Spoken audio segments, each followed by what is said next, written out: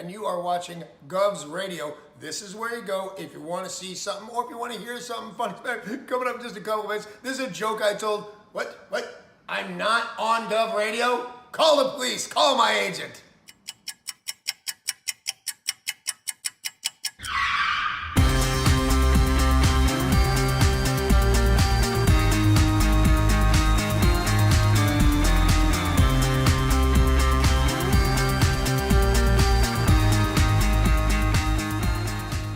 Tony, welcome to Gov. Hey, Joe, how are you? I gotta pat you down though, pal. Oh, yeah? Yeah. All right. Got anything on you? Anything I should know? I got nothing. Anything weird going on? What? All right, you go in, Tony. Good. Thanks, Joe. Appreciate it. Thanks.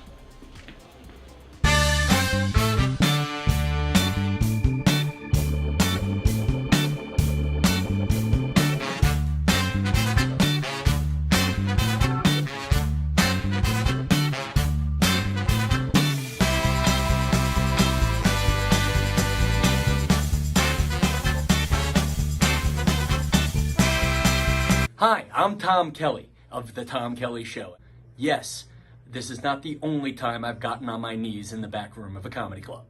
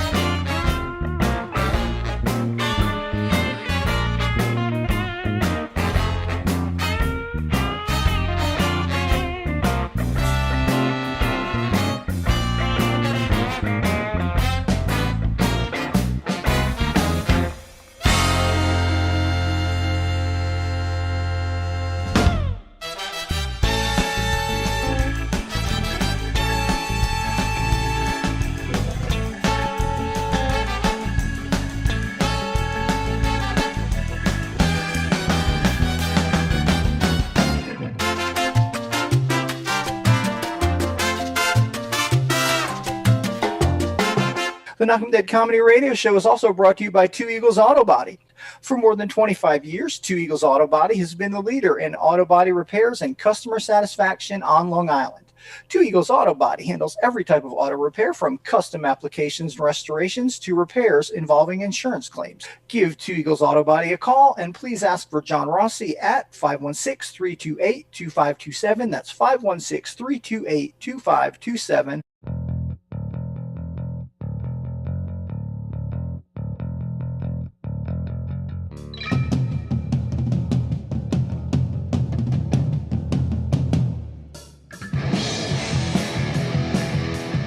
Hey, how do you say there, people? It's Johnny Brennan, creator of the Jerky Boys, also of Fox TV's Family Guy fame.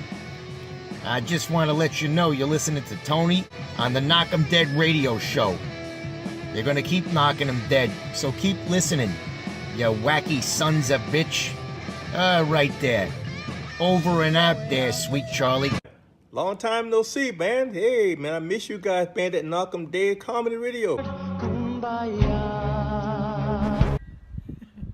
Hey, Tony, you're not funny, and you probably shit yourself a lot, and you're no fun to be with, and you don't make that much money, and you're not going anywhere in show business, and I hope you get hit by a bus.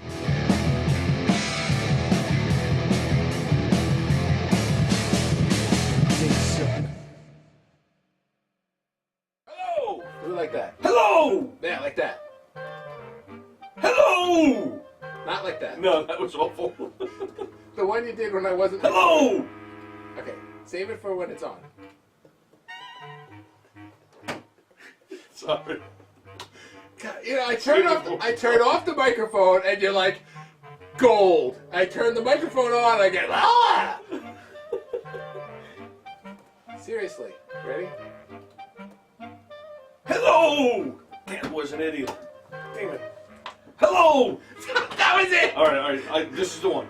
Hello! Hello! Hello. Hello! Hello! Hello! Hello. Hello! So yeah, do it like hey. All right, you ready for hey? Hey! Now. Hello! Hey! Knockem dead.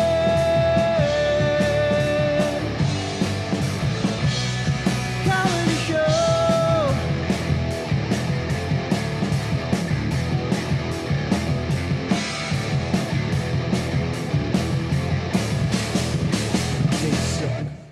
Hello! Do it like that. Hello! Yeah, like that.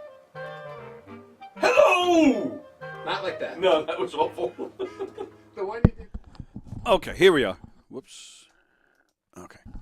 Sorry about that. Yep, we're good. The sound is on. We are here.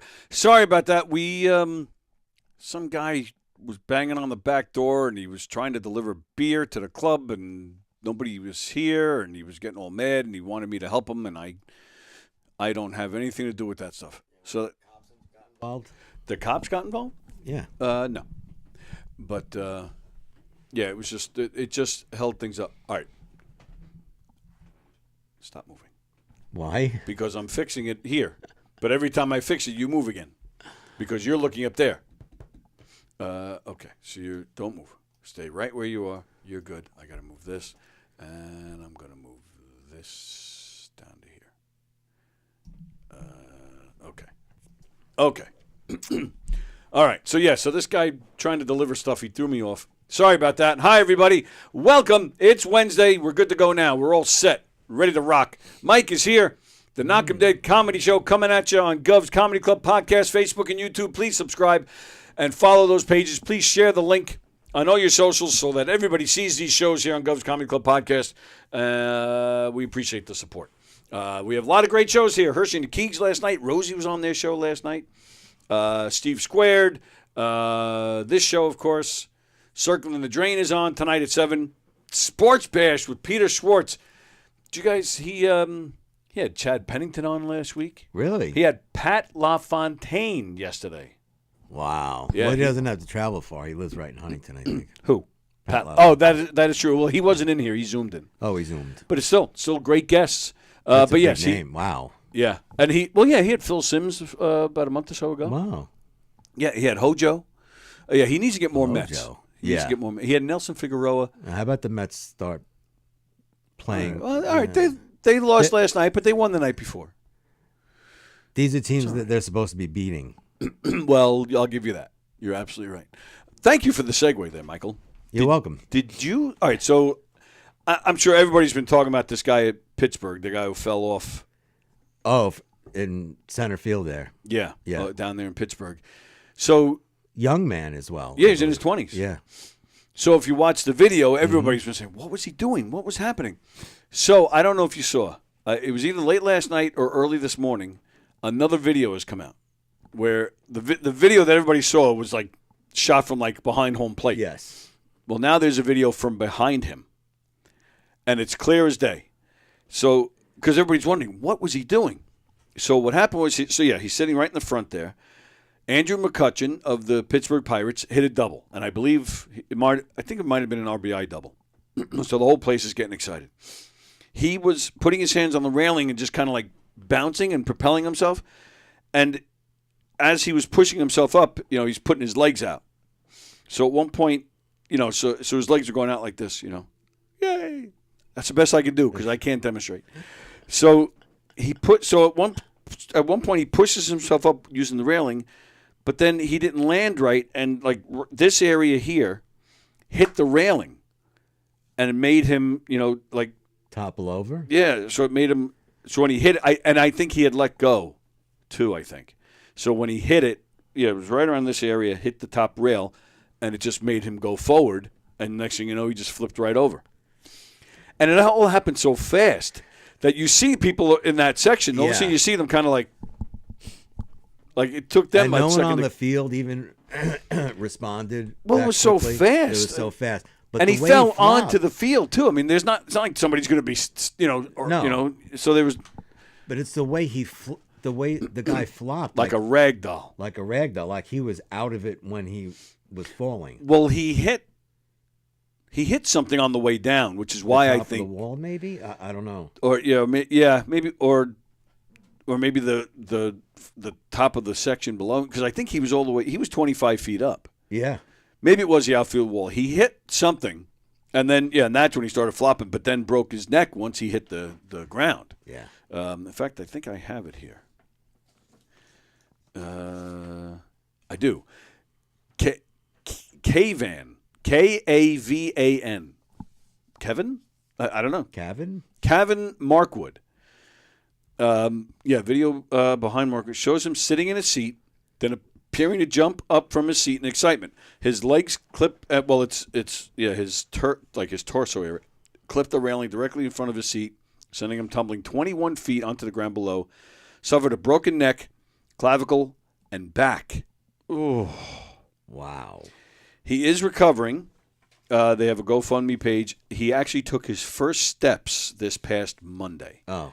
Which is kind of amazing. If you amazing. broke your It just back happened. and your neck. Yeah, this just happened. Weekend, right? Saturday night or Sunday night? I want to say maybe it was. I think it was last week because I believe we talked. Not you and me, but I believe it was talked about on this show. I think it was Thursday. It's Thursday. I think it was Thursday. So 4 days with a broken neck and a broken back, he's walking. Well, took his first steps. Took his first steps. Could have been 2 steps. Who's he, Lee Majors? I don't know if everybody gets that one. I think most of them get it. People our age are watching. Hey, Tyler Noble's watching. I love when guys are banging on the back door. I bet you do, you freak. Oh, God. Why do people always go to sex? Why not? Where are they supposed to go? I'm always going to sex. Fremder, what happened to John the Hypnotits? Oh, God. Now, what's funny is we all get it now. Right? Yeah, I got it. I didn't read that ahead, but hello, Ann. Romeo's watching. Of course, thank you all. Hey, you want to play some baseball? What? Oh, baseball. Getting better. Oh, John says he's getting better, my sweets. Thank you for asking. He sounds a lot better. I talked to him last Friday when he had some issues and he had to go to the doctor. Yeah. Oh my God, did he sound bad? And then I talked to him again. I think it was Sunday or Monday. And I was like, what a world of difference. I was like, oh, thank God. Everybody knows, John, you've talked about it here on the show, so I'm just going to, everybody knows he's going through his battles. So his platelets were low. Mm-hmm. And I didn't say it to him at the time. In fact, I don't think I've said it to you at all, but I had that problem when I was sick. And I had to go to the doctor, and it was weird. They didn't send me to the hospital. My doctor, my gynecologist, my oncologist. Oh my goodness! Yeah, see, he goes to sex. My oncologist had like 3 or 4 beds at her office and nurses, so it was almost like a little tiny hospital. Yeah. So when my platelets were low, I went there and I stayed there for 2 days. I had to get 8. I got 8 blood transfusions during that night. Wow. Yeah, it freaking knocked me out. I was like, I remember it well. Just laying on this bed, the bed, my back was up a little bit, like just to kind of like go like this, like took every ounce of effort I had. Like you just get, I remember seeing like all the different bags and everything's flowing, things are coming out. 8, and I was just in and out of sleep the whole freaking time. Just, it was crazy. John and I have talked a little bit here and there, but it's a crazy thing, man. Happy to say it's all behind me, but and I don't think about it a lot. So when stuff like this happens, it kind of floods back. I'm like, oh yeah, I remember the platelets. You get triggered. I remember once having to go because all my doctors are in the city, and I was going by myself for a checkup with my oncologist, and I couldn't find a parking spot at the train station. That's what it was. By the time I found a spot, I was now running late, and the train is coming, so I'm running. And I was in no shape to run because I was already going through chemo.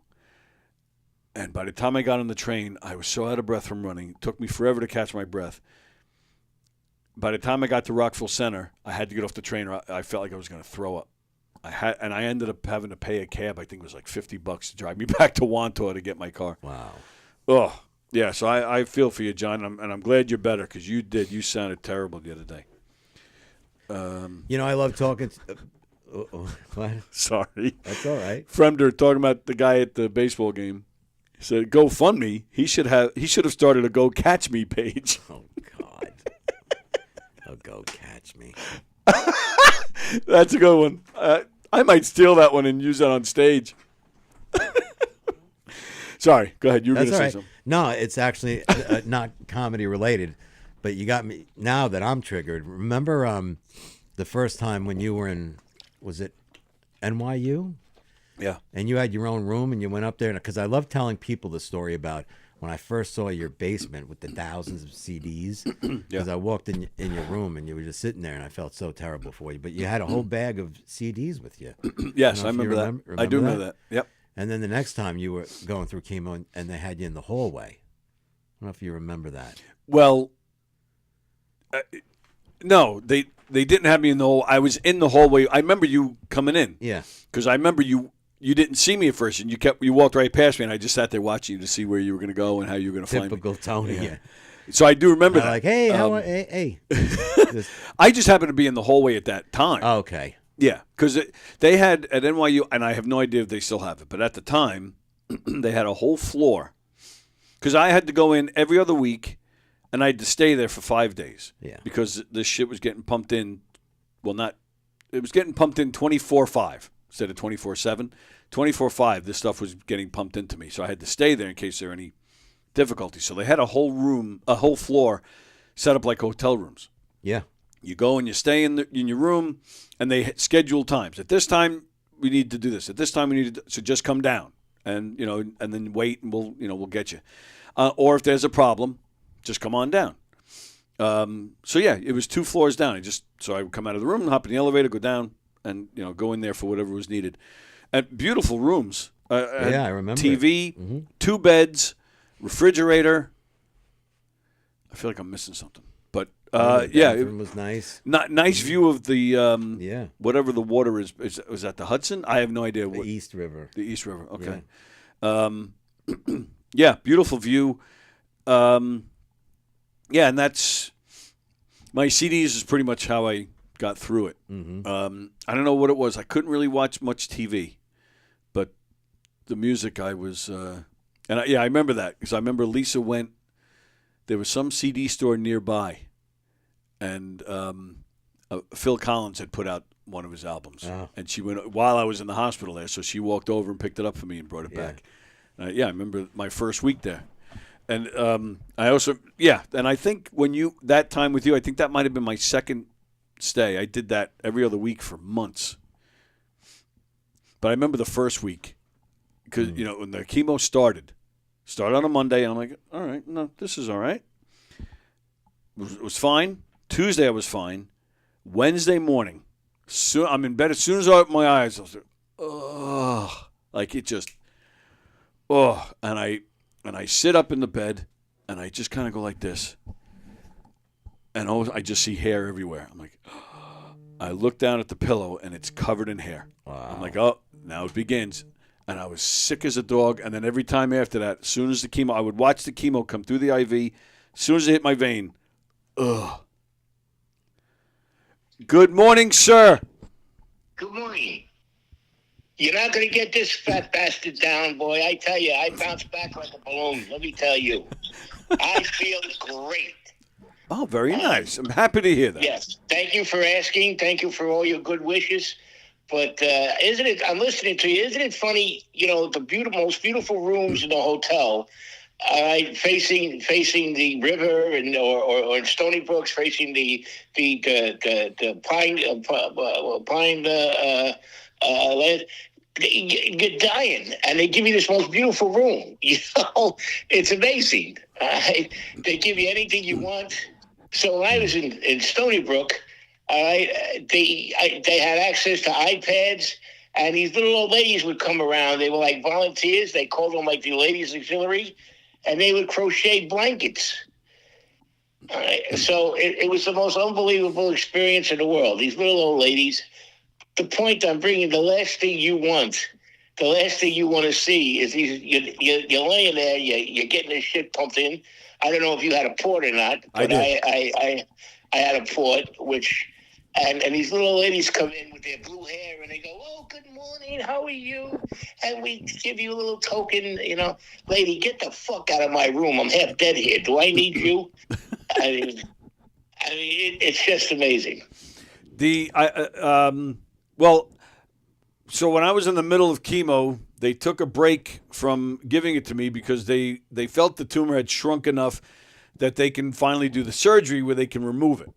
And and we tried to save the leg at first. So the very first surgery was 13 hours, and they took the femur out and they replaced it with all the cadaver bones and other things. Like I said, 13 hours. I was in the hospital from that surgery for a little over 3 weeks. Nothing, to this day, nothing is worse than, because it was a surgery on my leg, I couldn't walk. I could barely move. So there was nothing worse than a 300-pound nurse coming in to wipe your ass because you just took a shit in the bedpan thing. The bedpan, thank you, Mike. Yeah. Yeah, when you call up for a bedpan, they give it to you, you take a dump in a bedpan, and then this huge, giant nurse comes in and wipes your ass. That is the most humbling thing I think I've ever experienced in my life. What do you say? Thank you? Yeah, thank you. They're like, okay, baby. And they do it a million times. It's nothing to them. It's nothing to them. But to me, it is a little demoralizing, but it's no big deal. I've had it a few times myself, but I got it, and Mike can attest to this story. All right, when I had my first operation with my breast cancer, I left the next day. I signed myself out of the hospital. Yeah, I think you have actually told me that. Yeah, because I was never sick before in a day of my life. And now they're cutting off body parts that I don't really need. I mean, I made a joke out of it. Oh, you're going to take off my breasts? Well, go ahead. Who the hell needs it? So what are you going to call me, Johnny One Tit? I really don't care, But they put these, and I think you had them too. You had the drains, right? Yes, I did. Yes. So I had 3 drains, and the next morning I wake up after a 9-hour operation, all right, and my arm is all taped up because they took the lymph nodes. Right. And I turned around and I said to my wife at the time, I said, I'm going home. She goes, what do you mean you're going home? She says, you're out of your mind. You can't go home. My doctor walks in, and who was absolutely fantastic. Heather McMullen is her name. She's wonderful. She's in what's that fancy hospital on the North Shore Hospital? And she says to me, Mr. Rusciello, we're discharging you in 7 days. I said, no, you're discharging me now. And she says, no, it's impossible. You can't even stand up. So I said, well, I'm going to make you a deal. If I stand up and I walk down a hallway, all right, and I walk back, will you discharge me? She says, I can't do that. She says, you would have to sign yourself out. So I get out of bed. All right, I had the pole. You had to hold on to the pole because I had 4 bottles of, I don't know, bourbon, gin, whatever the hell they give you. And I walk down the hallway and everybody's laughing. And I go, well, what's so funny? I'm walking. I'm barefoot. She goes, yeah, you're barefoot, but your ass is hanging out. Should have charged them for that. Listen, I mooned them. But why do you need to get out of there so bad? Because I'm afraid of hospitals. Oh. The big dope that I am, not afraid of anything, but I'm afraid of hospitals. I'm not afraid of hospitals. I'm afraid of dying in a hospital. Okay. I don't want to die in a hospital. No, all right, that makes sense. Yeah. So I didn't think I was sick, and I really wasn't sick until they give you chemotherapy. Well, that's true. Yes. Yes. I don't know. Listen, when they amputated your leg, I mean, you had a much more invasive operation than I did. All right. I mean, they took my tit, they took your leg. I mean, it's you can't compare. But when you after the operation, did you feel sick? Well, the amputation was 3 years later because the leg just never healed right. So the cancer at that point was already gone. The cancer was gone for a few years. I didn't, I didn't feel sick until I started getting chemo, and then what sucked was I would get around to chemo, then I'd be home for a week, and just as I'm starting to feel better, it was time to go back and get another round. That's what happened. Yeah, and that sucked. So I was basically sick for about 6 months, and then even after that, I was continuing the chemo, but they were giving me stuff that wasn't as strong because they had removed stuff. So the tumor had gone away, so it wasn't as bad. But I was pretty much sick for almost 6 months, and it was it was terrible. More like 3 years. They shouldn't have. Listen, I got a cure for all pedophiles and all criminals that violate old people or little kids. Don't put them in jail. Just give them chemotherapy. That's actually, I thought you were going to say, just let them free because then let the people take care of them in the streets. But no, give him chemotherapy. Give him the cocktail that I had, which is the highest cocktail a human being can take. Wow. And even though Dawn even said, when I wasn't with Dawn when I had my operations, but right. Dawn looked at my records and she said, "Oh my God!" She goes, "It's amazing." They had to give me Benadryl a half hour before they put that shit in me because they were afraid my veins would burn. Oh my goodness. Yeah, it was bad. Yeah, but no, I give him 6 months of chemotherapy. That's a great idea. Oh yeah, it's cheaper too. Yeah, true.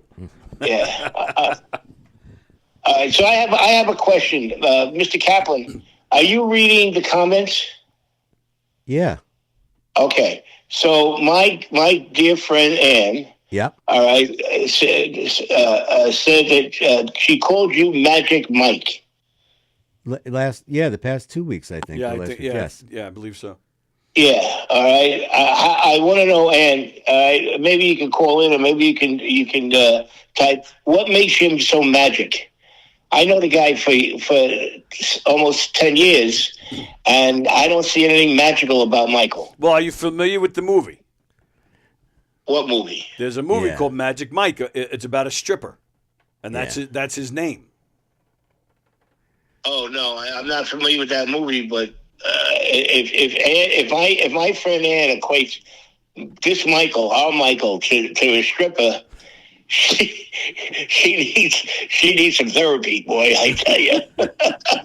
Sorry, Annie, I love you, babe, but this guy is no magic. Believe me when I tell you, he's a great guy. I love him, but magic is not his nickname. It's not appropriate. Grumpy, yes, but magic, no. Have a wonderful show, guys. Thank you, pal. See you later. What would he be doing with himself if he didn't have you to pick on? I have no idea. He'd be crocheting blankets. Right. The one needle method. Tyler, I didn't watch the game, but I heard it was neck and neck. Oh, Tyler. I've been complaining about you on the show this week. You just make sure that you're on that plane tomorrow morning. Tyler is in Minnesota, Minneapolis, filming something. Okay. He gets on a plane tomorrow morning to come back to New York. Yeah. Then has to be at my house to take a trip to Boston. And we're leaving at 1 o'clock in the afternoon. You better. And it's supposed to rain. Where's he flying out of? I don't know. Minnesota, Minneapolis. I don't know that area. Fargo, eh?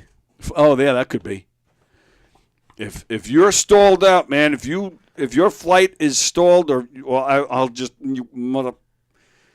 I'm like Ooh. deeply concerned. Yeah, hopefully makes it back. If your flight is delayed, well, you have them figure out a flight to Boston, and you meet us there. Oh, I'm like dreading if I get that call. Dude, I'm still in Minnesota, man. I'm not going to make it. What the fuck? Yeah, so I'm very, very concerned. I have a question. Sure. Actually, a statement. Okay. If you don't mind me interjecting it. Yeah, go ahead. There were just a few comments left. So, sure. You had shit pumped in your body. Yes, that's right, Mickey. Yes. John's feeling better, says Ann. Can hear it in his voice. Thank goodness. Right. I'm never going to allow myself to get hypnotized for the fear of having a dick in my mouth. Fremder, what the? What? Oh, God. And because he is handsome and so... Oh. Magic Mike is cool. This is Ann explaining why she calls you Magic Mike. Right. Magic Mike is cool. He is handsome and so smooth. Wow. Thank you, Ann. You know, John probably just keeled over in his chair. Fremder said, get this woman a motorcycle seat. You know that whole story, right? Yes. And she asked Fremder if he has one available. Wow. Tony is geographically challenged, says Tyler. Yes, I know. I am. And he says, yeah, don't jinx it. All right, well, I'm not jinxing anything. They said it was going to rain. And then Jeff Skelzy checked the weather reports in Boston, and it shows rain there, too. So you're freaking me out. But that has nothing to do with the flights from Fargo to here. Well, but it could delay things if their destination, too much dust. Hazel didn't show up last night? No. Bitch. All right, so yes, I'm sorry. Go ahead. No, that's okay. When I visited you in the hospital and John's talking about Stony Brook, they give you these rooms with beautiful views. You know what it reminds me of? No. The movie Soylent Green. I have heard of the movie. I've never seen it. I don't know anything about it. Quick story. Okay. So I'm like 12 years old. My mother decides to take my brother and I to see this movie, Soylent Green. Okay. Now, if anybody doesn't know about this movie, 76, 77, it's a Charlton Heston movie. It's about people, if you're going to die, you go to like this arena, say like the Nassau Coliseum, and it has these beautiful rooms in there. And you're in like a hospital bed. They have beautiful music playing, and there's beautiful 360 views of just absolutely spectacular views. And I guess there's something there, you die, right? Because you were going to die. So it might be... Really? Yeah, so it might be assisted suicide. I'm not sure. Not private rooms. They were private rooms. Uh-oh. But the crux of the story was, after you were dead, they would send you down this chute into a factory, and they made green crackers out of the humans. I've never heard of a green cracker. They were green crackers. That Soylent Green was the name of the product. So I never forget sitting like a little kid looking at this movie like absolutely terrified. Why would your mother take you to this movie? And a couple years later, she took me to go see The Elephant Man. But Soylent Green was very, very I don't want to say it's a cult classic movie, but it's a really strange movie. Sounds like it. Especially for like a 12-year-old. Mm-hmm. Yeah. Wow. Did she make your brother go too? Yeah. I think that's why I became a gynecologist.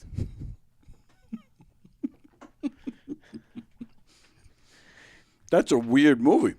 That's a weird movie. Speaking of suicide, I'm in therapy, and I told my therapist that, I have suicidal tendencies.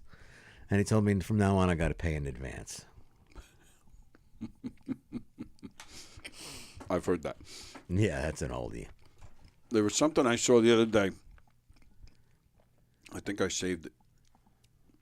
So, it's an old couple sitting next to each other.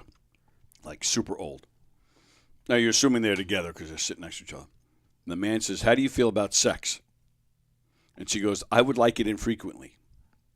And he goes, is that one word or two? Huh? She says, I would like it infrequently. Oh, is that one word or two? I thought that was fantastic. Oh, my God. I thought that was great. Wait a minute. Can we break that down? I'd like it in.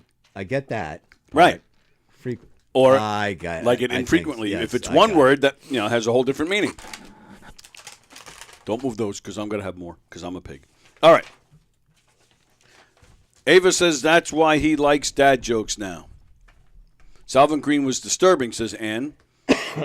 She also saw it as a teen. Oh, so she understands the traumatization. Mm-hmm. Oh, Fremder says, vroom, vroom, baby. Talking about the motorcycle. Oh, Vicky's watching. She says, I'm on my way to Boston. Are you? Don't. It's not till tomorrow. Vicky is in the show, too. Oh. So, yeah, very excited about that. But she doesn't have to take a flight here to meet. No, and Correct. do all She that is stuff. driving. She lives in Rochester. Oh. So she's driving there herself and will meet us there. The rest of us are, I'm renting a van, and the rest of us are just, taking a nice big trip together. Like a bunch What show of gypsies. may I be so bold as to inquire? The 80s high school reunion. Oh, nice. Yep. Very nice. Very yeah. funny. Yeah, I enjoy that one. I enjoy all of them. Let's see. Okay. Romeo says, oh, no, the cookies are out. Watch everyone. Tony, watch him examine the cookies. I was just doing that, wasn't I? I totally forgot already. John mentioned that the other day. I was eating cookies. I forget what day it was, but I was eating cookies in here. Yeah. But John pointed out this habit that I've had forever, but I've never really consciously realized I was doing this. When I take a bite, and I think I just do it with cookies, or do I do it with burgers? I might do it with burgers too. I'll take a bite, and then I look at it. I look at the inside. I just look at it, and then I continue eating. Take another bite. I look that's at cool. That's like Robert and Everybody Loves Raymond. He touches his chin before he eats it. Jeff Skelgy said that the other day. He mentioned that. I didn't get it because I didn't watch that show enough. Yeah. But, yeah, he mentioned that. Wow. But, yeah, but I knew I did it, but I never really consciously thought about it. And then when John brought it up, I was like, holy shit. And I just watched you look at it after you took a bite. Yeah. I think everybody has their quirks. I have a ton of them. Me too. Before I eat something, I always have to smell it. Oh, really? Like on the fork or the spoon, whatever it is. Oh, wow. Yeah, I usually have to smell it. I have a friend who, when he eats French fries, like say you go to McDonald's, he'll pull it out of the the red container. Yeah. He puts it down and he squishes it. What? If it squishes, he'll eat it. If it's too burnt or crispy, he puts it aside. He won't eat it. I swear to you. This his name is Eric O'Reilly. Wow. Yep. But the crispy ones are the best ones. I'm not picky when it comes to my French fries. No, me either. No. I'll eat the whole thing. I don't care. Yeah. I'll eat the best ones. I don't know if I agree with that, but I'll tell you the best French fries. Lisa made it for me for my birthday. You take a potato. My grandmother used to do this for me. So everybody all through my life, when I lived with my mother, I used to make her do it, and all my hundreds of wives, I've made them do it. You take a potato, you peel the skin off, and then you just slice it like a potato chip. Uh-huh. But then you don't cook it to a potato chip. It just, it's a little soft and greasy. Oh, my God. Oh, my God. That is, I think, my absolute favorite. What kind of potato? An Idaho potato? Sure. Idaho. Fremder, where do the people that can't figure out their gender go to what? Where do the people that can't figure out what their gender go? Oh, they go to a guy now gynecologist. Oh, that was bad. That was bad. Scott's here. There are two kinds of hypnotists. One before the Me Too movement and the other after. I think we know which one we got yesterday. Yeah, I have no comment on yesterday's show. Fremder, the definition of indefinitely, when my balls smack up against her ass, I'm indefinitely. Oh my God. Oh, my goodness. Wow. All right. Oh, speaking of baseball, did you happen to catch any of the Yankee game yesterday? Nope. Aaron Judge is up at bat.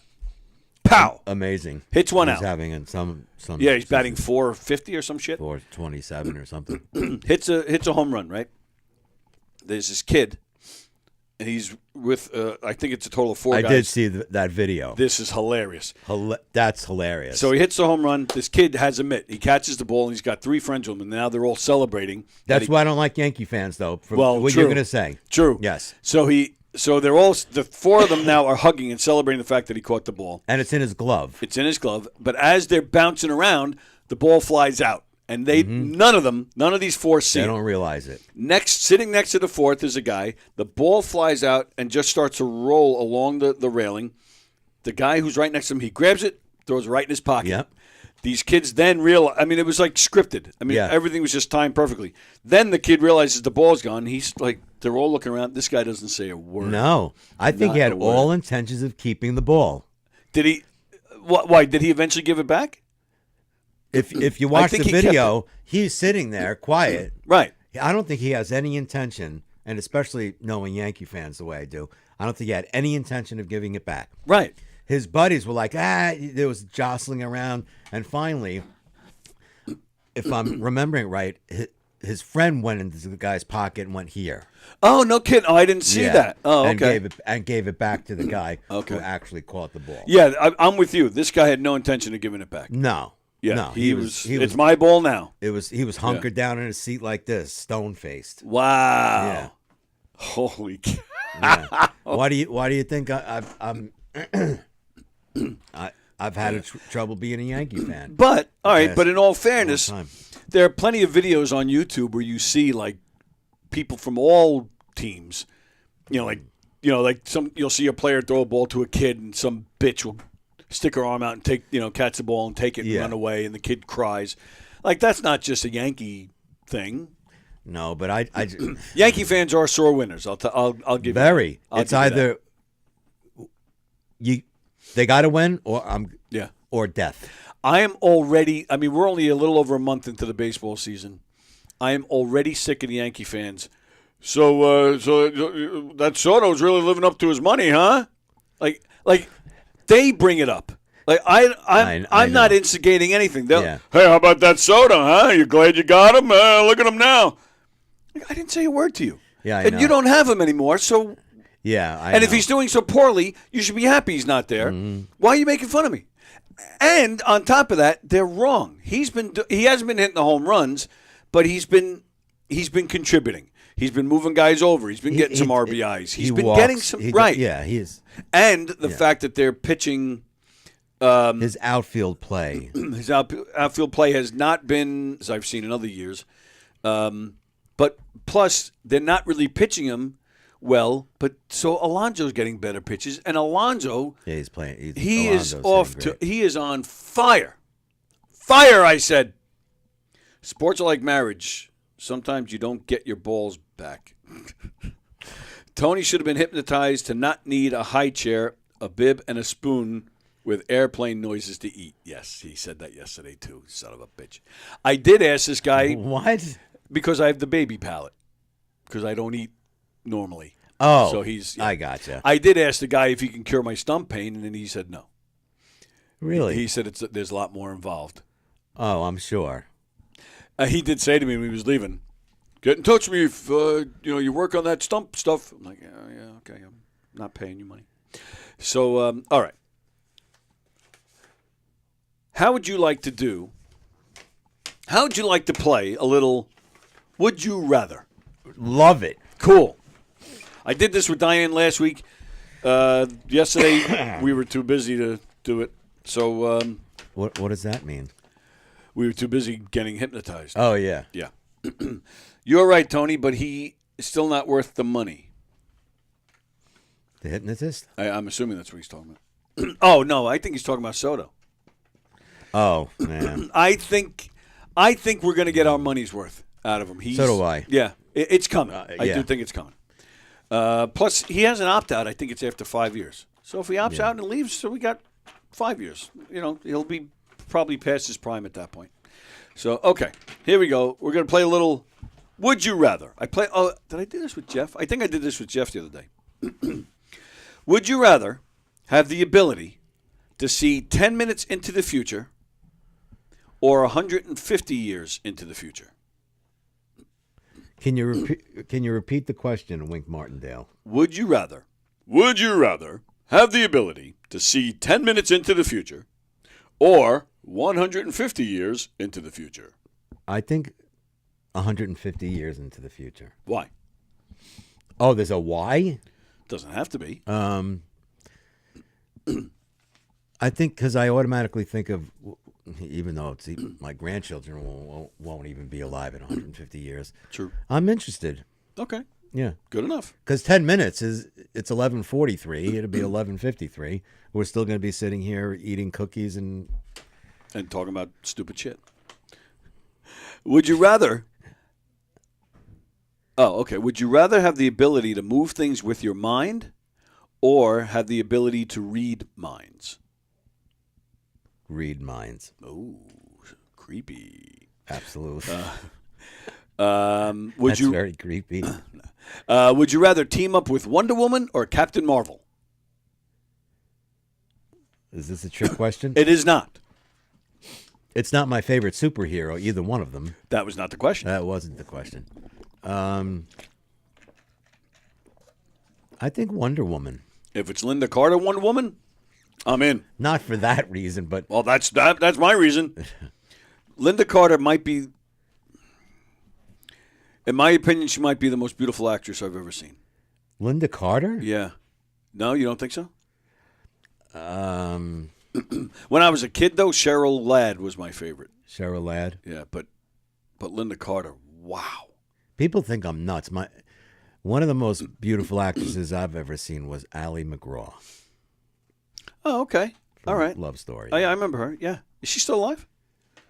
I think so. Was she married to Steve McQueen? Was that her? I don't know. Who was she married to? She was married to somebody famous. Okay. I don't know. All right. Would you... Oh, this is kind of stupid. Would you rather be forced to sing along or dance to every single song you hear? Oh, sing. Yeah, that's kind of stupid. No, it's not stupid. There's a lot of people that like to dance. Okay. I'd rather sing. This is an interesting one. Would you rather find true love today or win the lottery next year? That's an interesting question, right? That's there. an interesting question, and I never have simple answers. It's funny because you're a simple man. Thank you. You opened me right up. Thank you for that softball. I like French fried potatoes. I have grand love in my life, so I'll take the lottery. Okay, that's a good answer. I could say the same. Mm-hmm. You ever see the movie A Simple Plan? You ever see that movie? It's with Billy Bob Thornton. Billy Bob Thornton. I think it's Bridget Fonda. And what's the guy's name? Oh, shit. A Simple Plan. It was a heist of some kind? Well, the guy's name, the main lead, he's dead now. The guy from Twister. The main guy from Twister. With Helen Hunt. With Helen Hunt. Bill something? Yeah, Bill.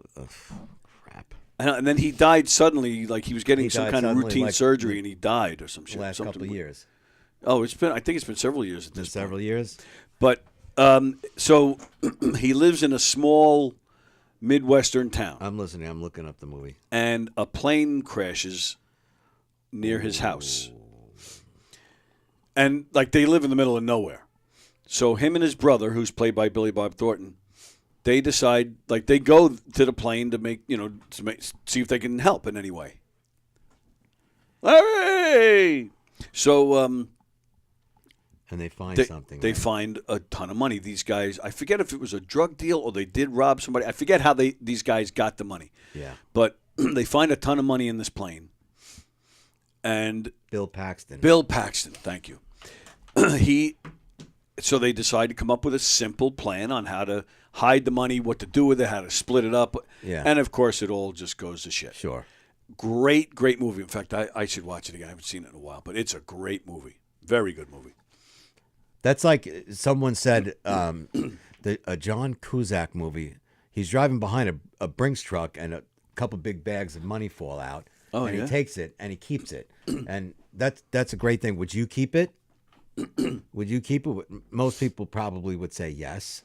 I would. think. I'm not sure. In this day and age of tracking devices and cameras being everywhere, Yeah, no. Yeah. I think I would probably throw a little bit in my pocket, but I'd return something. Yeah. Like that Russell Crowe movie that I love, American Gangster. Yeah. Him and Denzel. What a great movie. But in the beginning, Russell Crowe was playing a straight, a cop who, who's solely by the book. Yep.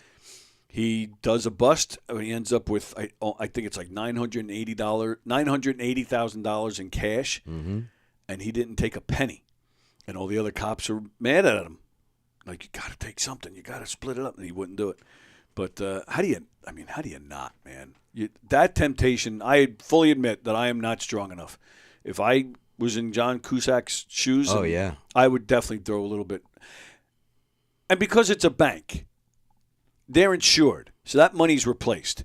If it's a Goodwill truck, or I don't know, American Cancer Society drops a bag of money, I'd like to think that I'm going to take 100% of that and give it back. When I have that money in my hands, I think it's one of those situations where you can't really say unless you're in it. It's a great question. But So if it's a bank, I'll take a little bit. Like you wouldn't. Don't judge. FDIC insured. Yeah, exactly. Call FDIC and get the money back. Exactly. FDIC. Very good, Tony. Oh, thank you. Would you rather... Ooh, this is interesting. Would you rather be in jail for 5 years or in a coma for a decade? Coma for a decade. Me too.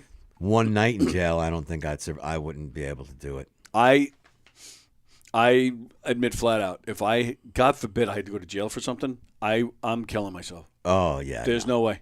There is no way. Because if you're in a coma, you're asleep. Right. Right. So you'll wake up, it'll feel like 5 minutes, and you'll be like, hey, what's up? Hey, what's up? Who's this old person? Oh, it's your granddaughter. Yeah, right. Let's see. Oh. All right. This is obvious, but it's still a cool question. Would you rather have another 10 years with your partner or a one-night stand with your celebrity crush? That's a very easy one for me. Yeah, yeah. Who? And I'm sure we've talked about it. Who is your celebrity crush? Did you say you don't have one? You know, I really don't have one. The only... You have one. I have one, but it's an odd choice. Bruce Springsteen. How'd you guess?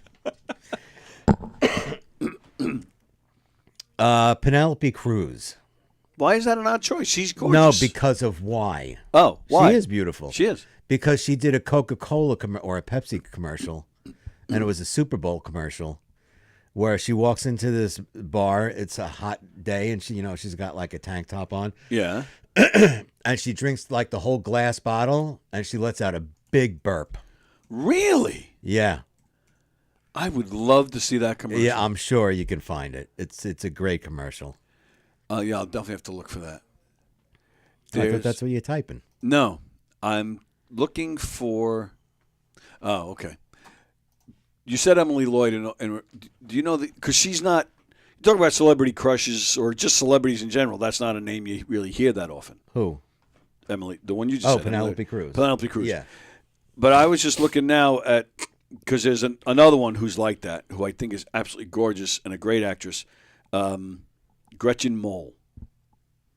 She's a really good actress. She was on Boardwalk Empire. Mm-hmm. Tremendous acting job, and she looked absolutely stunning, in my opinion, on that. You know who's another beautiful woman and a great actress is Jessica Chastain. I know the name, but I can't. Yeah. Jessica Chastain. And not just because she's beautiful, she's a really good actress. Oh, yeah, she's good. I don't know much of her work, but yeah. She's good. Yeah. She's won an Academy Award. Kate Blanchett. I love Kate Blanchett. Fantastic actress. Yeah. I think she's stunningly beautiful. She's a beautiful woman, yeah. She has retired from acting. Has she? Yeah. That was very English of you. Has she? Because she was in the Lord of the Rings trilogy. Oh, was she? Oh, I did not know that. Oh, yeah. She played very, very big part in the trilogy. Yes. Great actress. Yeah, I was surprised to read that. Wow, she's young. She's maybe my age. Yeah, that's what I'm thinking, around our age somewhere. It actually made me mad a little bit. Why? Because you have this fantastic job with a ton of fringe benefits. You make a ton of money. People would kill for that. And you're just walking away? I mean, I get it. Everybody has a job. Everybody does retire after some time. Everybody wants to do other things. I get that. But Yeah. I don't know. To me, it's a little different when you're an actor, in my opinion, because you have such a great thing going on. Like, to me, it's like, you have to, so many people work their asses off to get to that point. Most of them don't, and you're just throwing it away and walking away. I don't know. A part of me admires that. A part of me makes me Part mad. of me admires it. Part of me is pissed off because Right. that was like people like you and I. That was our dream to be Exactly. to be an an actor in the spotlight, and not just because of the money. I mean, the money comes with it. It's just the prestige and all the benefits, and just being able to do what you love. Well, yeah. The prestige was never a thing for me. Neither was the money, but of course, everybody thinks about the money. But it was always, honest to God, it was never a prestige thing. It was just, I just enjoy doing it more than I enjoy any other vocation. Yeah, absolutely. And I always felt it's what I did best. Like, I didn't think I was the best lineman at the phone company. I wasn't the worst, but I wasn't the best. And I had no desire to be there. I feel the same about me, even as a soldier or working in the highway department. Was I the best? No, but you know what? Something that I think about performing, I've always been a person of acts of service. I think performing is an act of service. Okay. Of a very high regard. Obviously the real famous ones are very well paid, but it is an act of service, especially live performers. Yeah. Live performing is hard work. Hard work. We both know that, yes.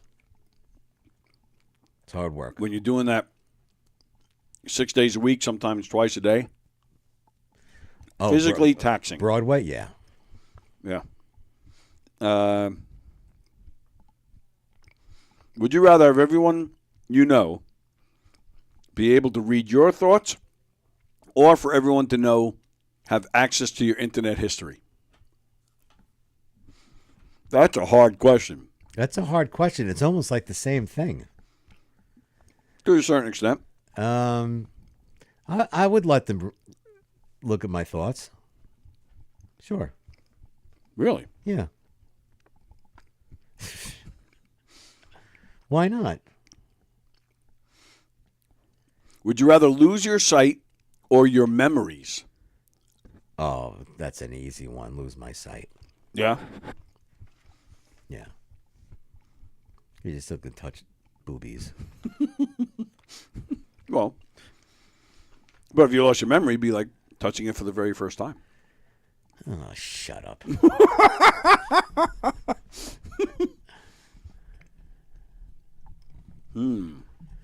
Uh-oh. Would you rather have universal respect or unlimited power? Say that one more time, please. Would you rather have universal respect or unlimited power? Ooh, that's a tough one. Not for me. I would choose the respect. Yeah? Yeah.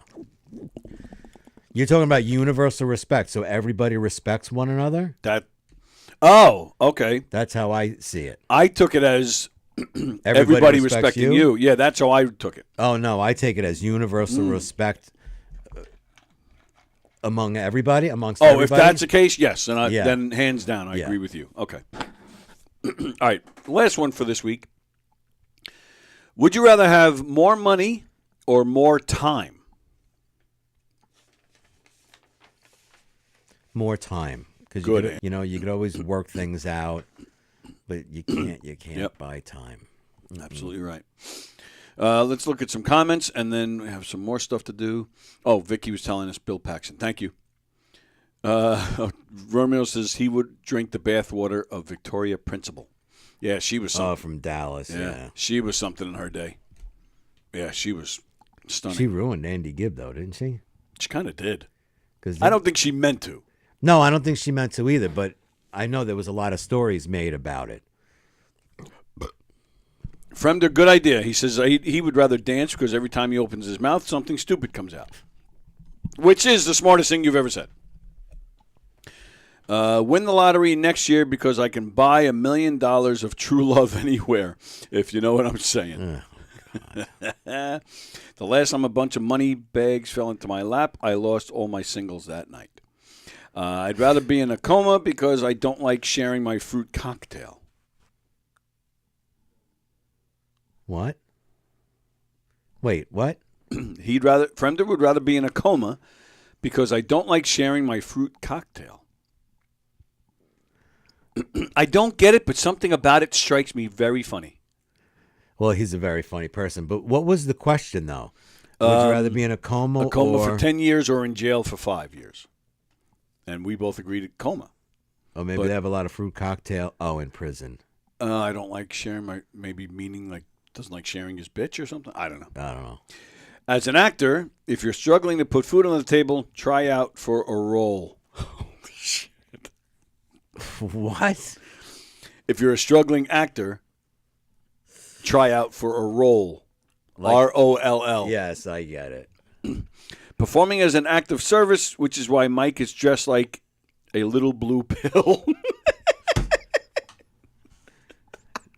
Who said that? Fremder said that. Tony, would you rather have his memory because he loves his tits ahoy? Huh?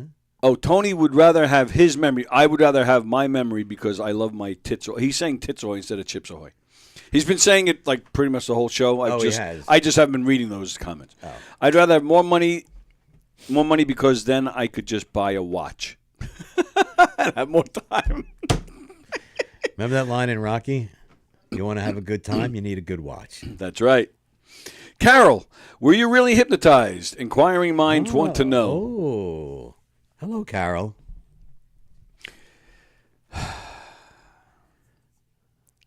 I don't know. Do I want to do this on the air?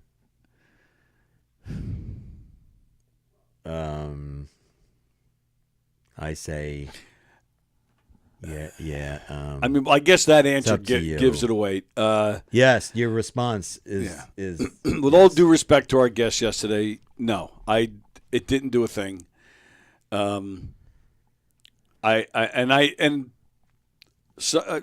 It was brought to my attention because I was actually telling Mike before we went on the air. I thought when I slouched over, I thought I was low enough that you guys couldn't see me, but I was wrong apparently because I did. Diane was sitting here. I kept looking at her as I'm hunched over because I was mad because I was looking forward to being hypnotized. Oh yeah, I was excited about it. I was curious what was going to happen, so I kept looking at her because nothing was happening, and I'm like, what? I thought I was doing something wrong. I was getting mad, so I kept looking at her. I'm like mouthing to her, but there's nothing happening. What do I do? And she was just kind of sitting there. So no, it didn't work. I giggled when he told me to look at his watch because he kept saying that. You look at my watch, you'll laugh every time. He kept making those weird noises. I didn't know what in the world he was doing. So I did giggle because I didn't want to embarrass the man. And I even feel bad saying it now. But no, it didn't work. I didn't feel a thing. I don't think you're bad-mouthing the guy. It just didn't work for you. And that too, I contemplate, like, should I stop him and say, hey, look, this isn't working, Right. And then he did it to me a second time.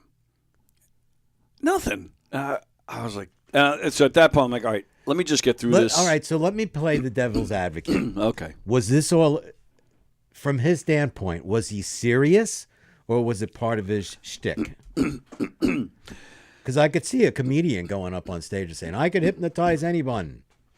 It wasn't planned. It wasn't like Rodney Dangerfield had plants in the audience. To throw something at him where he would have a good comeback. But it was all planned.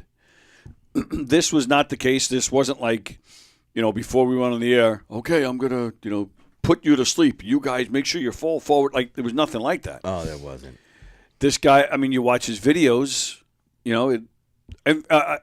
if you Google this guy, you go on Google reviews, there are a ton of I want to say out of 50 reviews, there was one bad. Really? Yeah. And that was actually when he contacted me about coming in here. Because I don't know this guy for a hole in the wall. He contacted me about coming in because he wanted to promote that show he has this weekend. So that's when I Googled him and looked him up and read the reviews. And I'm dead serious. I don't know if it was 50. Maybe it was 30. It was a ton of great reviews. Not good, great reviews. And one single bad review. Mm-hmm. So that's when I was like, all right, well, maybe this guy, can do it. And I even mentioned, I was hypnotized. I was probably around 16, 17, 18, and my Uncle Joe hypnotized me. But it wasn't like out cold, you're now going to cluck like a chicken. It was a relaxation exercise where you're just supposed to feel like you're relaxed, like you just rested. And I wasn't even out. Like I remember I was kind of like, it was almost like half, like the way you feel when you're about to fall asleep. You were just about there, but I can hear him talking to me, and I was aware of everything around me. And it was all just, he was talking very calmly and cool. Okay, now you're going to, feel yourself just feeling so relaxed. Like he was talking like that. And I remember him, because it was such a long time ago. The only thing I think I specifically remember, him saying to me, okay, you're going to feel the stress just come out of your fingertips. You're just going to feel it coming right through. And I remember my feet are on, my hands are on the armchair. Mm. And when he said that, I actually, almost like rubbing your finger out, like I actually did feel that sensation on every finger. I felt like something was being released, was coming out of my body through my fingers. And it only lasted, I don't even think it was 5 minutes. But when he was done, I felt like I may have, like I slept peacefully for 24 hours. Wow. I came out of it feeling like, oh, hey, that felt good. But again, and that was the objective. It wasn't entertainment. It wasn't, cluck like a chicken, bark like a dog, hop on one leg. It wasn't anything like that. But that's what I thought this guy was going to do. This guy was on MTV, where they had some show where he was hypnotizing college girls and like girls that are roommates. He would hypnotize one at a time, but ask them. This was MTV scripted, but right, yeah. Are you attracted to your roommate? Are you attracted to your roommate's boyfriend? Did you take your roommate's bra? It was stupid shit like that. Yeah. And they'd be under, yes, But I did. I thought and he's been doing this for a long time too. So I did feel something was going to happen. Yeah, I am skeptic. I don't know, but there's videos of him where he conks out like 10 people at the same time. I mean that's a lot of people to plant. You know what I mean? So I was thinking there was some validity to it. And then when it didn't happen, I was kind of pissed, and then it did make me think, is this guy a fraud or what? Right. So but it's a difference between what your uncle did. Right. That's like a manifestation, a meditative exercise. He was very good at it. Diane went first. When she came out of it, she said, I feel very relaxed. And again, so my one experience was the same thing. So that validated it for me too. It's like, oh, she feels relaxed. That's what happened to me. Oh, so this is real. And and then he does it to me, and I'm like, and he has me crouched over in that position for a while. And the whole time I'm just He asked you to get into that position, or he kind of leads you that way. Oh. Look at my finger. Look at my finger. All right, it's going down. Oh, sleep. I So you're watching that finger, so you end up just falling that way, and then he catches you, and you're just like that, and he's talking to you, and he's he starts moving your arms, and and it just flops all over the place to show that you're asleep. So even when he did that to me, I'm like, all right, I gotta loosen my arms. I gotta let it just. But I'm like, the last thing I wanted to do was fool anybody. Right. I know magic. Is not real. You watch a magician. You watch David Copperfield. It's all some kind of trick. But I don't need to know that. And, No. And I think a lot of people know that going in. There's some kind of, there's something that we just missed. Or their skill is so good that you're right. Yeah. But it's not real. You know what I mean? Yeah. So I don't, and I admit I'm skeptical too with like these mediums. Mm-hmm. I've had people because the Long Island medium. I knew Teresa Caputo. Yeah, I knew her when we were kids. My family grew up with her family. My brother and her were very close friends, and I was pretty friendly with her brother, her younger brother. But I'm skeptical of that stuff. The way she acts on that show is nothing the way she acted when we were younger. Okay. But because we grew up together, we have a ton of mutual friends. I've had people that I know well and trust and believe have said to me, oh, she has said things to me that she would have absolutely no way of knowing it. Mm-hmm. I'm still skeptical, but I do believe my friends, and that was kind of my attitude yesterday. But I have no desire. If any of these guys are fake with what they do, I have no desire. Again, a magician's not fake. I guess that's what I'm trying to say. There's a difference. A magician, right? He's skilled. He's not trying to fool you into making you think that he just pulled a bird out of the sky and out of his hat. Like, it's just a skill of illusion, right? And he's not. They're not trying to make you believe that they really are magic. They're just good at what they do. Yeah. Where these guys are trying to make you believe that what they're doing is real.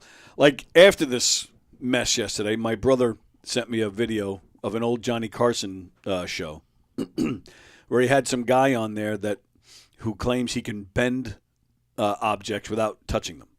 Like he can just look at this microphone and all of a sudden it'll bend. So this guy, Carson has this guy on, and they bring out a bunch of objects.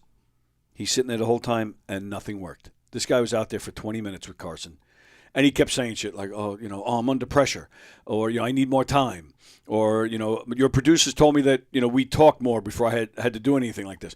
He's just complaining left and right because it never worked. The whole 20 minutes he's out there, nothing happened. Oh, it's a complete flop. That's kind of how I viewed this. Like, you're trying to fool people. And if this guy came in and said, I need you to do this, I would have said no.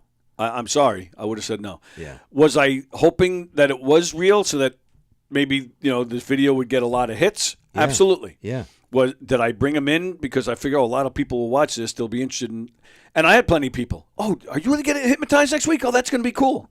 Yeah. So, I did bring him in for that reason. But I would not have, if he said, I need you to pretend to sleep, I would have said, all right, we're just going to skip it. We're just not going to do it. I'll talk to you about your show. We'll promote your show, but just don't hypnotize me because I'm not going to take part in lying. And I'm just not going to do it. No. But I feel like that's what I did. And I felt bad about it. And and now Carol's asking, so I'm not going to lie and say, I was hypnotized and the watch made me laugh. No, I thought the watch was weird. I thought his sound effects was weird. I didn't know what the hell he was doing.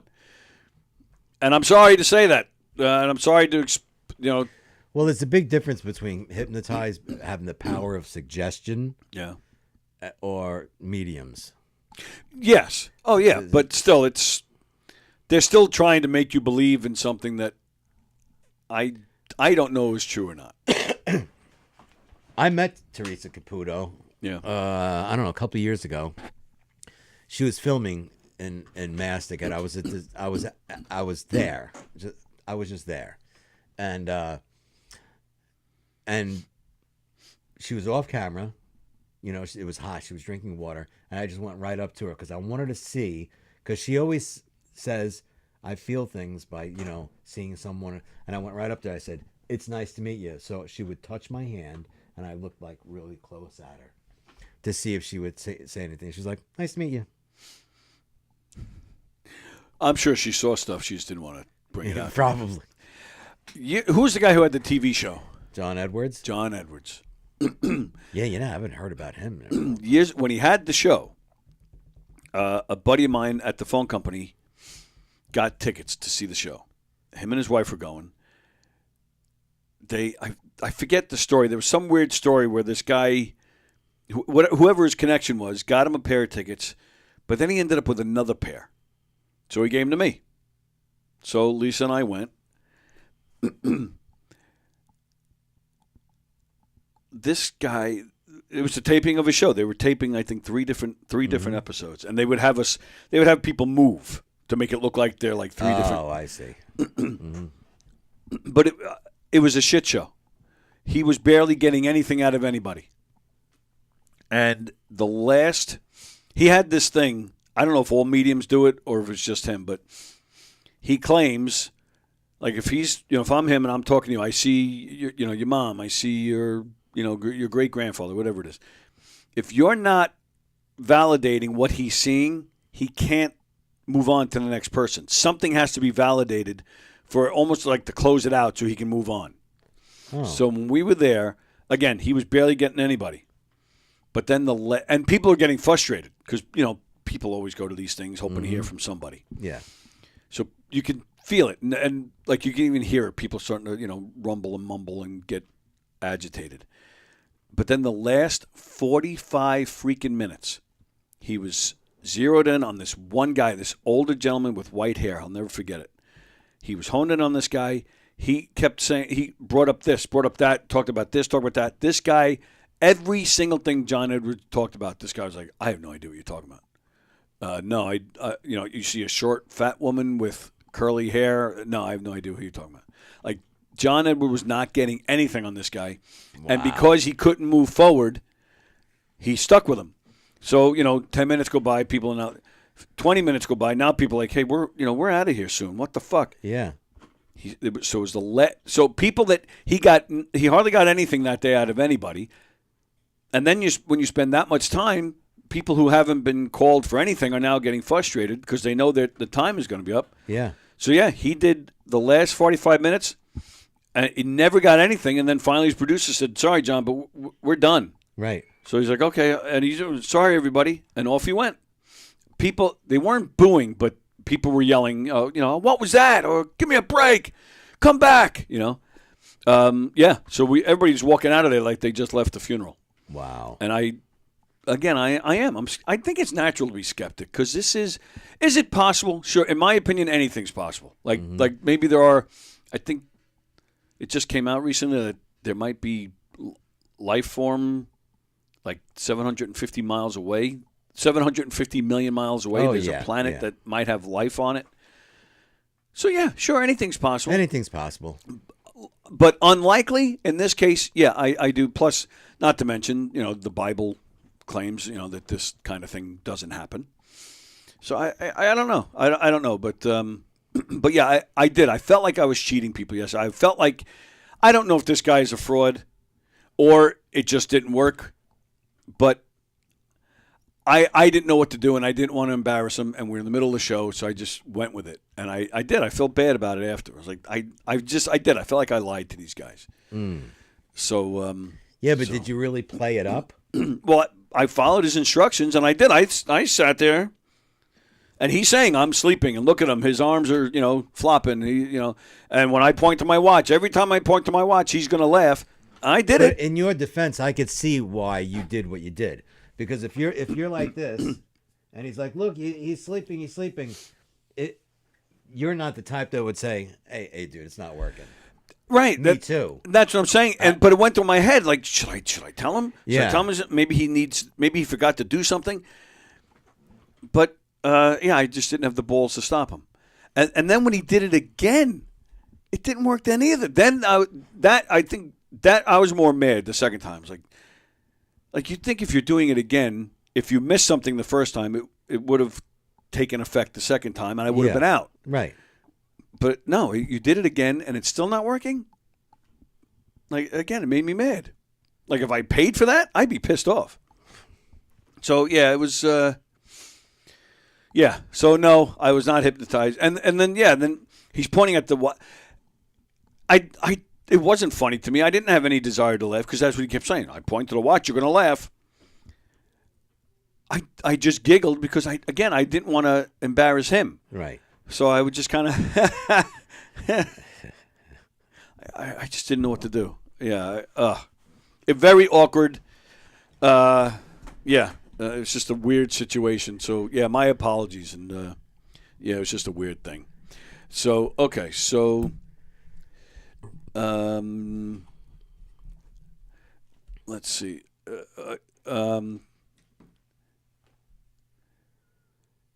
All right, so Carol says, all right, yeah, so that's what Carol's saying. Yeah, you have to tell us since you made us watch it. Okay. John Ruscio, truth be told, the guy is full of shit. John, I don't know if I can agree or disagree, to be honest with you. Carol, so you going limp was an act. Oh, this is a softball for Fremder. It wasn't an act. He did lead me there, and then he did kind of pull me. So I didn't wittingly go down like that. He kind of led me in that direction. So that was real, I guess, but I wasn't asleep, and I stayed in that position not because I was asleep. I stayed in that position because I didn't want to show the guy up. You did it willingly. Yeah. So going down was not willing. Staying down was willing. And no, I was not asleep. I was not asleep at all. And Diane will verify because I can't tell you how many times I was looking at her like, what the fuck? And again, there were a couple times I was kind of hoping he'd see that I was awake so that maybe he would stop. Yeah. And then I could say, yeah, I'm sorry, pal, but that didn't work. You want to try again? But Bosie, maybe because you have a freshly shaved head, you're able to reflect his powers off of the shine. We were talking a lot about Bosie last night on Hershey and the Keegs. Go back and watch that. It's disturbing. Fremder, definitely some soft balls going on. If I'm going limp, it's Bosie. Now I have something coming out of my fingers. Fremder, based on the camera angle, I can only imagine what this guy did at all the colleges. He probably had a field day, if you know what I'm saying. It did look like that. The way we're bent over and he's standing right in front of us. Yeah, it did look like there was. Oh, he was standing? Yeah. And I'm hunched over like this, and he's standing right in front of me. And I was. Yeah. Oh. Yeah. Video getting a lot of hits. I think you mean tits. Carol, I like John Edwards. He did a reading of June Pedicini. Oh, June Pedicini is a girl we went to high school with. Mm-hmm. He was so on target, and things he wouldn't know about Tommy, her brother who died at 9/11. He was in one of the towers. Mm-hmm. I didn't know that, Carol. That's interesting. But Carol even says she's still, even after that, she's still skeptical. There was a friend of my mother's. All right, let's talk to John. He's calling back. Yes, sir. Hi. So remember yesterday I asked you to mention Millie Markman, and you did. Yes. And this guy had no reaction. Right. I'm not gonna get into. The only thing I'm gonna say about Millie Markman, she is one of the leading hypnotists in the United States in the 90s. So, and she solved crimes, believe it or not. And the NYPD used her a few times. However, I met her. I had conversations with her, and one of the things she said anybody can be hypnotized. It takes time. You have to completely relax the person. The person's heart rate has to go down significantly before you can get them in a hypnotist, in a hypnotic mode.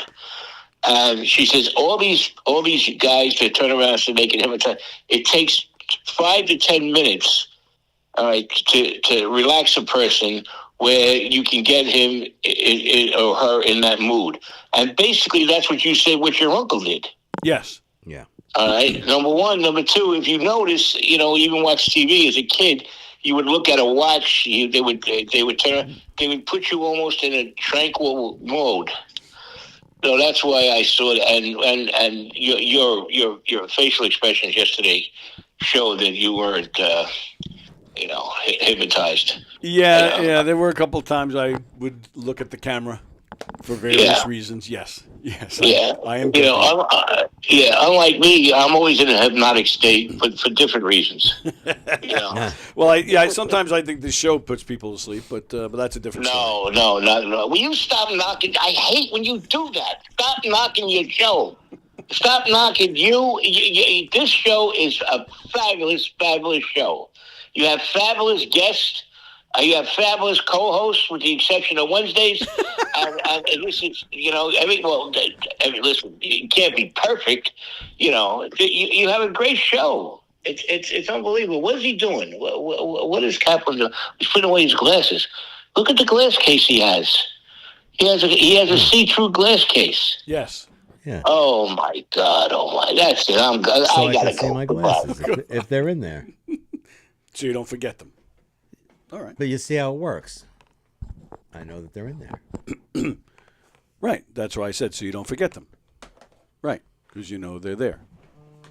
He does this all the time. He butt called. Oh, I know he does that 3 times on Monday. 3 times. Oh, can't be perfect. Oh, it's unbelievable. What is he doing? He's looking at his glass case. Look at the glass case he has. Yeah, it's clear. Yes. Oh my God. You got to go. They're in there. It works.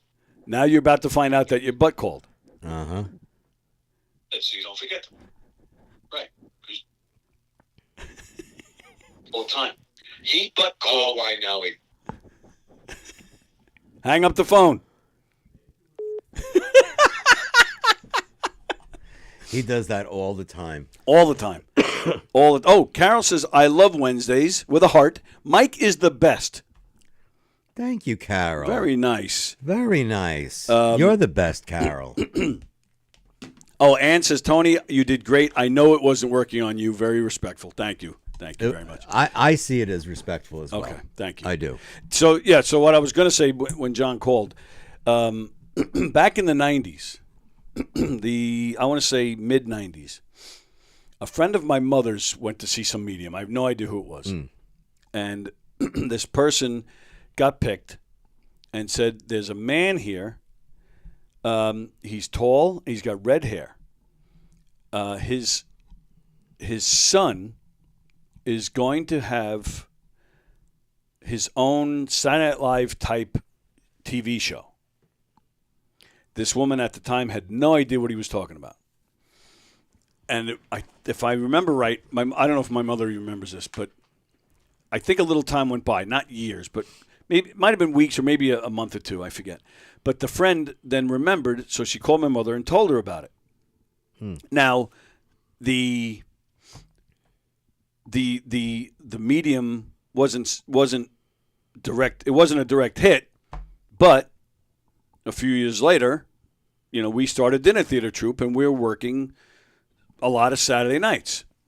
So, excuse me. And then the reason we think it pertains to us, my father was very tall and he had red hair.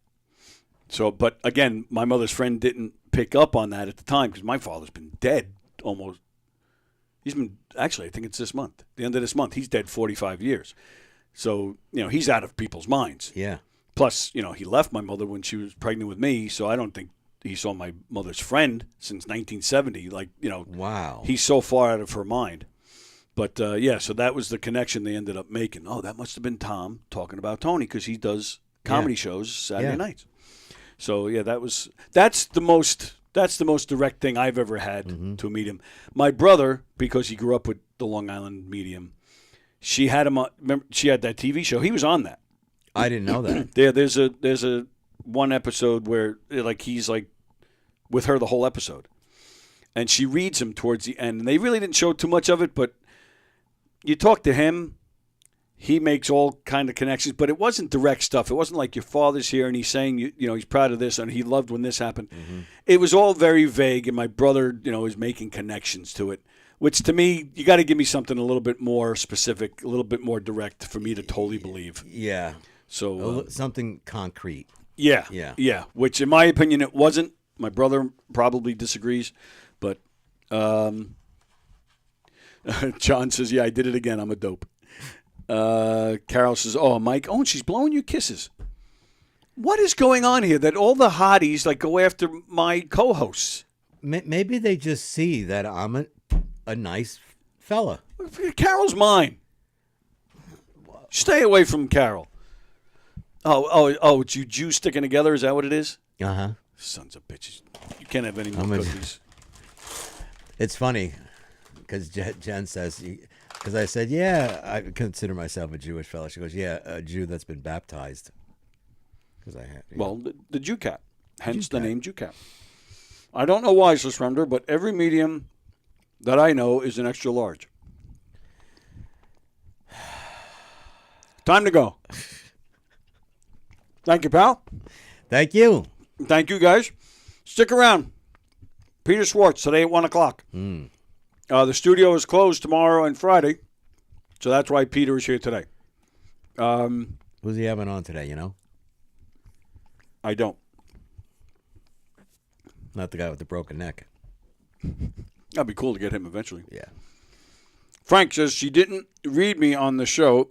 It was a year before that. All right, what's the difference? Did that really matter to the story that I just told? Well, he's just trying to clarify. It doesn't matter. All right, what are you yelling at me for? Damn it. All right, then Romeo says, see you tomorrow, sweetie, you're the best. Unless they're having their own private conversation, you won't see her here. Right. We're done here. We're done here until Monday. Until Montag. Yeah. Montag, as the Germans say. Yeah, so I'm heading off to Boston around this time tomorrow. I'll be getting ready to go. And then maybe around this time Friday is when I'm returning to New York. So, so no Knockem Dead for the rest of the week. And since I'm not here, no shows. There'll be no shows in the studio tomorrow or Friday. So you guys enjoy your next few days. We won't be here this weekend either because I have a show in Boston tomorrow, but then on Saturday I have a show out in Patchogue.